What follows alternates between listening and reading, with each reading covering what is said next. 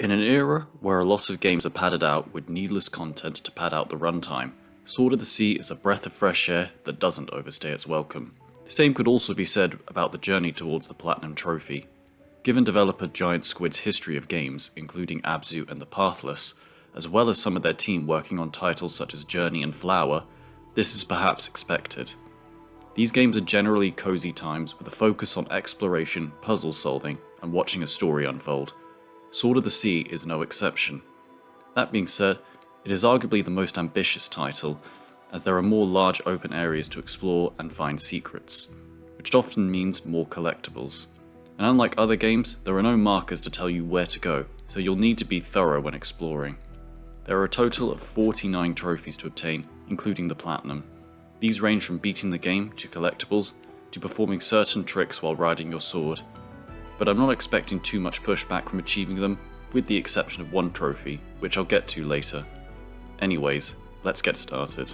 Heads up, while I won't spoil this game's story, I will be showing late game areas which could be considered visual spoilers. After the opening cutscene, we take control of the Wraith and are immediately introduced to the game's controls while riding the sword, which takes clear inspiration from various skateboarding and snowboarding games. After travelling for a little bit and getting used to riding the sword, we come across the first area, the Veiled Sea. This area introduces us to the story, as well as most of the remaining gameplay mechanics, including the ways in which we interact with the world around us.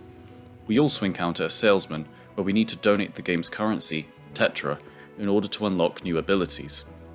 Tetra itself isn't in short supply, but the amount required each time to buy something gets higher, which will likely take more than one playthrough to accumulate.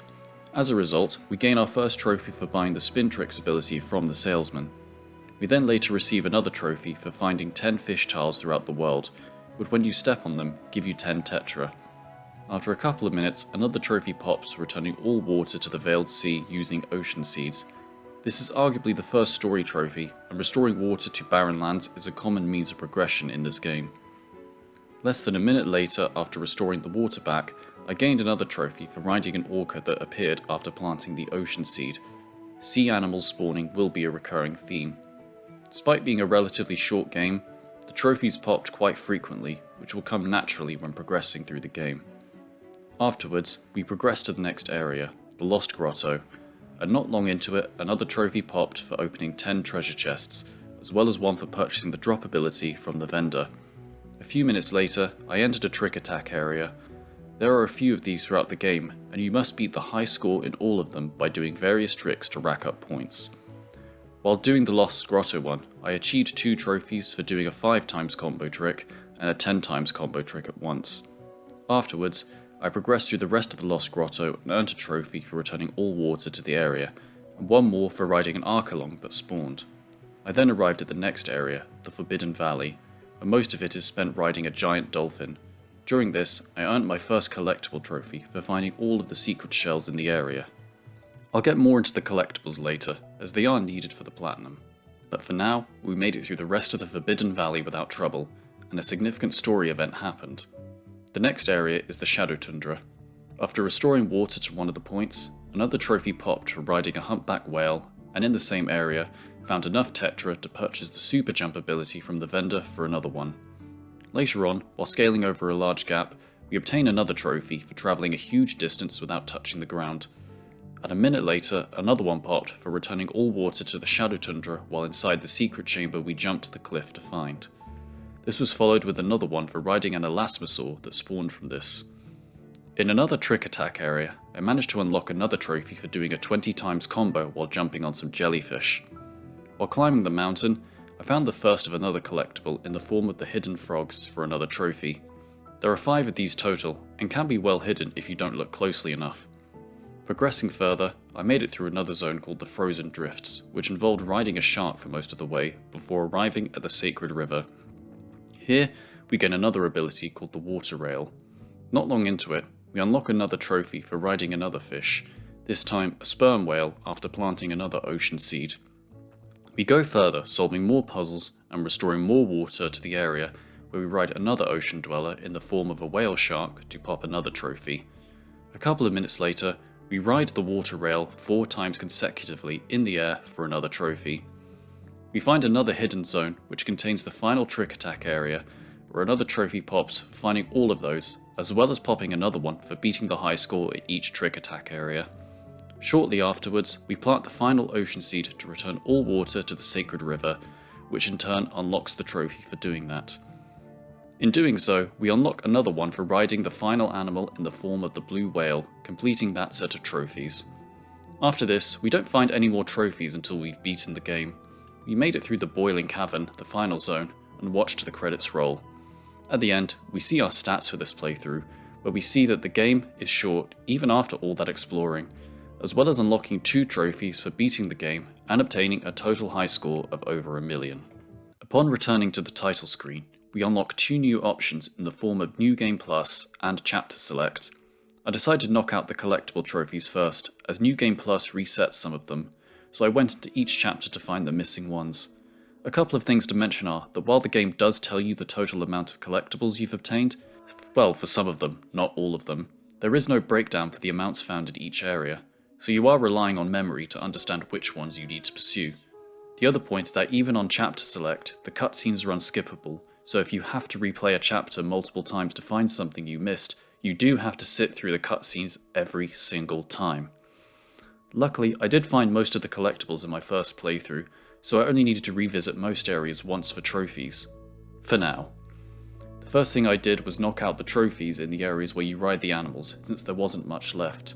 So in quick succession, I unlocked trophies for restoring all water to the Forbidden Valley and the Frozen Drifts, as well as finding all the shells in the Frozen Drifts. Speaking of the shells, there are 50 in total throughout the game, and there is a trophy for finding all of them in each area. They're also what I spent most of Chapter Select trying to find. I started by going back to the Veiled Sea and found the remaining shells in that area. I also got 2 more trophies of finding the Desert Rainfrog collectible, as well as doing all of the aerial spin tricks in the tutorial section. Like clockwork, I went through each of the areas to find the remaining collectibles. Next up was the Lost Grotto, and I found the remaining shells in quick succession. While I was in the Shadow Tundra, I finally accumulated enough Tetra to gain the final reward from the vendor for another trophy. That reward was, of course, another shell, which is a fine coincidence, as the next trophy was for finding all the shells in the Shadow Tundra. The remaining shells were found in both the Sacred River and the Boiling Cavern, which unlocked trophies for both of those areas, as well as one for finding all 50 of the shells throughout the game. During this time of travelling through areas, I also found the 3 remaining hidden frogs to obtain the 3 trophies for doing so. The final set of collectibles to find were the remaining steel messages, which are text pillars throughout the world which contain short messages that give extra information and context to the story and the game's lore about what led up to the world as it is. Unlike other collectibles, there is no number indicating how many you found, so you're relying purely on memory. There are 23 in total. Some are out in the open, while others are quite well hidden. The only indication as to whether you've seen one of them before is whether the writing is glowing or not. If it is, it means you're seeing it for the first time and need to interact with it. I kept a mental number in my head of how many I found. This was the only collectible where I had to reload a couple of chapters multiple times to find missing ones, but eventually I did find them all and the trophy popped. After the cleanup, I was left with 4 trophies, and if I played well enough, I could knock out all of them in a single New Game Plus playthrough.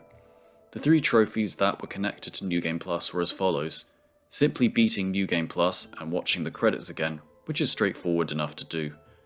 Beating the game in under 2 hours, which at this point is easily done, and could be considered pretty generous actually, now that I know where everything in the game is and the solutions to all the puzzles.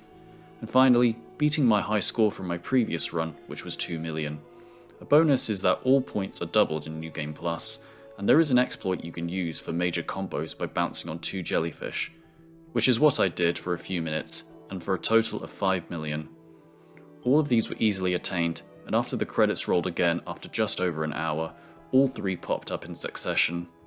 On a quick side note, I also wanted to give credit to Austin Wintry for producing a fantastic soundtrack as he has done with other games.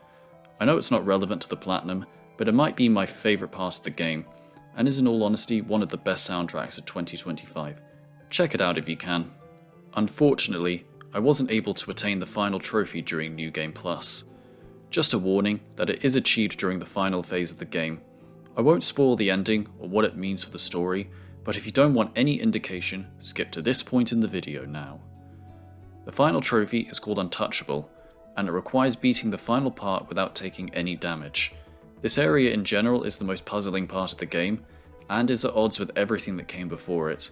As a result, I felt underprepared for this section, which made it all the more frustrating when going for the final trophy. There are 3 parts to this final area, and you can't get hit on any of them. Just a reminder that the cutscenes in this game are unskippable, so if you do get hit during this, you have to go back to the title screen and reload this section from the beginning, which involves watching the same cutscene every single time. But eventually, after just over an hour of trying, I finally was able to beat this section without taking any damage. One more time, the credits rolled, then the final trophy popped before the platinum one did, and my journey was over. Despite my criticisms in the previous part of the video, I also acknowledged that they are minor nitpicks in the grand scheme of things. Overall, my journey to the platinum trophy was about 10 hours, which is significantly shorter than other games, and nearly all the way it was a relaxing and cozy time. At no point, except that final part, did I feel like I was wasting my time, which is always a good feeling. I definitely think Sword of the Sea is one of those games you should play at least once to experience, and if you do, try doing it in a single playthrough. I think it's more rewarding that way. I also think that the platinum is definitely worth chasing this time. Because of the price that it's going for, you'll get more for your money. Anyway, that's it. Thank you for making it to the end of the video, you absolute legend, and good luck on your gaming journey.